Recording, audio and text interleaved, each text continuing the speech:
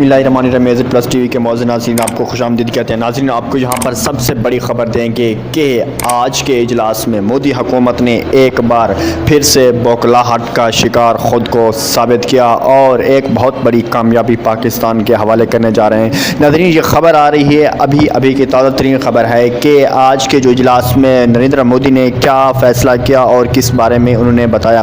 नाज़रीन आपको पता है कि लद्दाख की वादी के ऊपर 5 अगस्त को जो मोदी ने एक गासबाना कब्ज़ा किया था, अब उस कब्ज़े के लिए जो आर्टिकल 370 और 35A को जो है दोबारा से बहाल कर दिया गया है। और ये ख़बर भी सुनने में आ रही है कि अब मोदी ने उस आर्टिकल को दोबारा बहाल करके पाकिस्तान के मौक़िफ़ को मान लिया है। नाज़रीन आपको पता है कि इस वक्त मोदी को 2 बड़े चैलेंजेस, 2 बड़े दुश्मनों का सामना है जो उनके हरीफ हैं। उनमें सबसे पहले नंबर पर पाकिस्तान और उसके बाद उनको जो सबसे बड़ा उनका दुश्मन है वो चाइना है, जो कि लद्दाख के ऊपर पिछले कई दिनों से हमले कर रहा है और उनके अंदर दाखिल घुस कर हिंदुस्तान को मार रहा है। अब मोदी के लिए ये मसला बन चुका था कि इसके अलावा उनके पास कोई रास्ता नहीं था। तो अब मोदी ने दोबारा से ये खबरें आ रही हैं कि आर्टिकल 370 और 35A को उसने दोबारा से बहाल करके कश्मीर का आज़ादाना तशख़्ख़ुस फिर से उसने बहाल कर दिया है। नाज़रीन ये खबर आई है अभी तक के लिए इतने ही न्यू। अगर आप खबर आती है तो हम आपको इंशाल्लाह ज़रूर आगाह करेंगे। मिलते हैं अगली वीडियो में। अल्लाह निगहबान।